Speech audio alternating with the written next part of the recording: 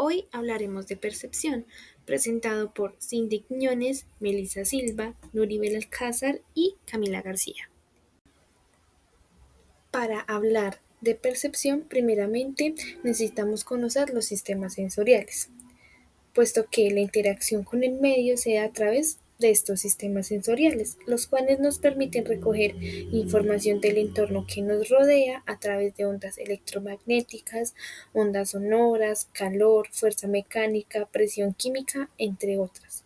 Dicha información llega a nuestro sistema nervioso y modifica nuestra conducta, posibilitando una interacción. Como unidad funcional del cerebro tenemos la neurona, la cual es una célula que recibe, procesa y transmite información. Permite una comunicación entre los distintos circuitos y sistemas. Estas células nerviosas deben de contener tanto propiedades eléctricas como químicas, ya que esto posibilita la transmisión de información, existiendo así dos mecanismos. Un mecanismo eléctrico donde transmiten información de una parte a otra de la misma neurona, como potenciales locales y de acción, y el mecanismo químico donde se transmite información entre células diferentes. Actúa como un neurotransmisor. Existe una comunicación entre neuronas. A esto lo denominamos sinapsis. Entre otras palabras, es aquel punto de encuentro de comunicación interneural. La gran mayoría de las sinapsis son químicas, en donde se libera un neurotransmisor, el cual va desde el botón axónico de una neurona uniéndose así a otra, las cuales son llamadas receptoras, existiendo así dos tipos: neuronas presinápticas, donde liberan el neurotransmisor, y neuronas postsinápticas, en donde el neurotransmisor se une en los receptores y reciben la información. Con lo anterior, para que la información sensorial pueda influir en la conducta, es necesario que se generen cambios eléctricos neuronales. Debe de existir un estímulo sensorial que interactúe con las células receptoras sensoriales y se pueda generar un cambio eléctrico. En este cambio eléctrico hay un disparo de neuronas sensoriales donde se codifica la información, se transmite al sistema nervioso central en donde se procesa, se integra y se interpreta. Hablaremos de transducción sensorial, donde hace referencia al proceso en el que un estímulo del medio se convierte en una señal eléctrica en donde el sistema nervioso lo interpreta. Ocurre de la siguiente manera: llega un estímulo, ya sea luz, sonido, presión, sustancias químicas, temperatura. El estímulo toca un receptor sensorial, ojo, piel, nariz. La membrana celular se vuelve más o menos permeable a los iones de sodio o de potasio. Al ingresar o salir estos iones, cambia el potencial de la membrana, cambia la electricidad de la célula. Este proceso se llama potencial receptor. Si el cambio es lo suficientemente grande, la célula genera potenciales de acción en la neurona aferente, llegando al sistema nervioso central, en donde el cerebro interpreta la señal y da una respuesta. Veo luz, huelo un limón, siento calor. La modificación en el potencial suele ser una despolarización graduada en donde existen dos células receptoras. Una es la célula no neural especializada, en donde podemos encontrar fotorreceptores de la retina, células de los botones gustativos, células ciliadas del aparato vestibular y de la cóclea, en donde existe un cambio de voltaje en la célula receptora. Sin embargo, esta no genera potenciales de acción. El cambio de voltaje modifica la liberación de los neurotransmisores hacia una célula sensorial. Al recibir el neurotransmisor, genera el potencial de acción que viaja al sistema nervioso central. La segunda es la neurona sensorial, donde se encuentran los propioceptores, interreceptores, receptores cutáneos y olfatorios, en donde el estímulo provoca un cambio de voltaje. Si este cambio alcanza el umbral requerido, la misma neurona dispara el potencial de acción en su axón, viajando este al sistema nervioso central. La estimulación sensorial incide tanto en la célula no neural especializada como en una neurona sensorial, generando así una modificación del potencial de acción eléctrico similar al de las neuronas pre y postsinápticas. Para tener en cuenta, la célula no neural detecta el estímulo, pero la neurona genera el impulso nervioso. Cordial saludo, mi nombre es Melissa Silva. El día de hoy voy a hablar acerca del proceso subcortical, recordando que cuando nos referimos a subcortical, hablamos de todas esas estructuras que se encuentran bajo la corteza frontal, es decir, que se encuentran en la profundidad del encéfalo. Entre ellas podemos encontrar el diencéfalo, el hipotálamo, los ganglios basales, las estructuras límbicas y como estructura del proceso subcortical nos encontramos con el tálamo, ya que toda información sensorial, excepto la del olfato, pasa por el tálamo antes de llegar a nuestra corteza. Según Torres A 2023, estas estructuras están involucradas con actividades complejas como la memoria, emociones, placer y producción de hormonas. Actúan como centros de información del sistema nervioso, ya que revelan y modulan información que va de camino a diferentes partes del cerebro. Bueno, en conclusión, el proceso subcortical es esencial en cómo nuestro cerebro, a través de los estímulos sensoriales, convierte toda esa información en algo que luego interpretamos conscientemente.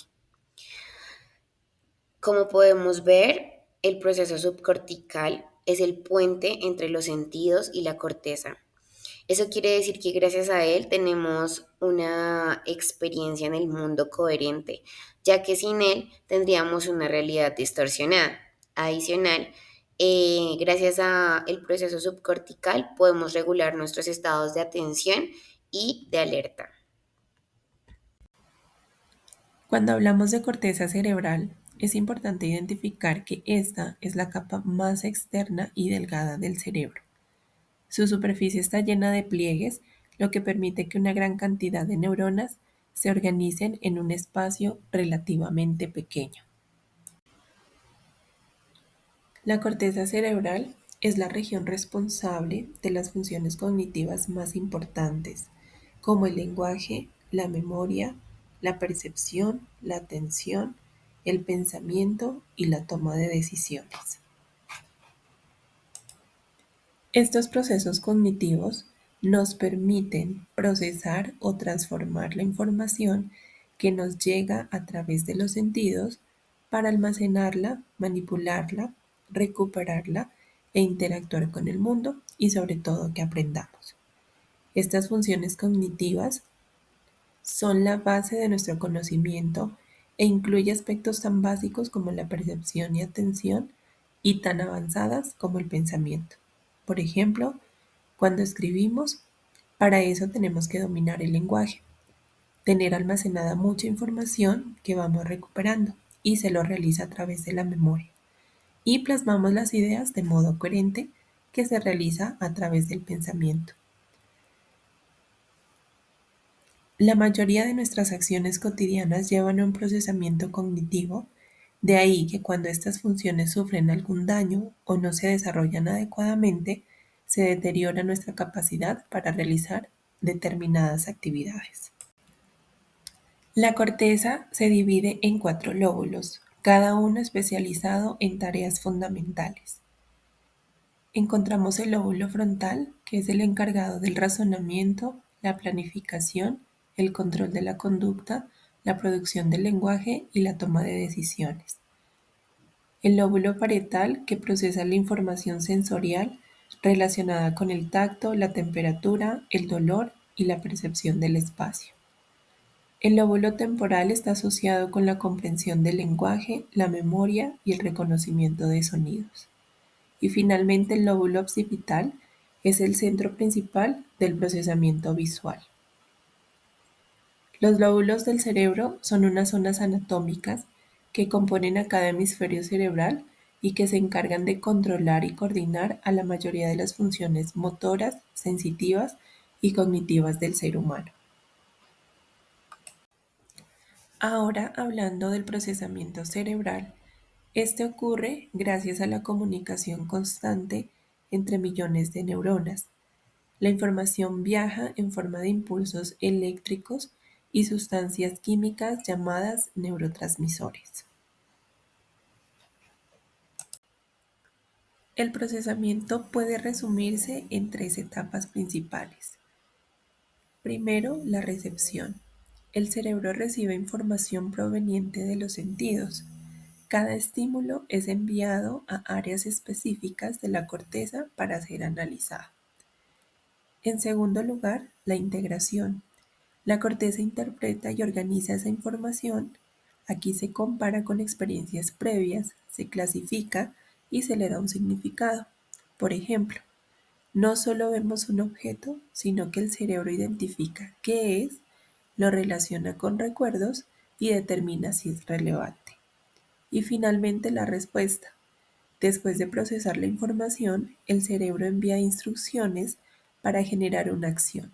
Puede ser un movimiento, una emoción, una palabra o un pensamiento. Concluyendo este tema, la corteza cerebral es la estructura clave que permite que el cerebro organice, interprete y responda a la información del mundo. Gracias a sus diversas áreas especializadas, participa en funciones esenciales como la percepción, el movimiento, el lenguaje y el razonamiento. El procesamiento cerebral no es un acto aislado, sino un trabajo conjunto entre múltiples regiones que se comunican de manera constante. Comprender cómo funciona esta red compleja permite valorar la importancia de la corteza en el aprendizaje, la memoria y la conducta, y resalta cómo su plasticidad hace posible que el cerebro se adapte, cambie y aprenda a lo largo de la vida. Cordial saludo, mi nombre es Cindy Quiñones y siguiendo con la línea de todo lo correspondiente a percepción, les hablaré de las agnosias. Es importante resaltar que la primera referencia a las agnosias fue realizada por Sigmund Freud para referirse a trastornos perceptivos derivados de lesiones cerebrales. Podemos definir la agnosia como una alteración caracterizada por la incapacidad para reconocer estímulos familiares y atribuirles significado.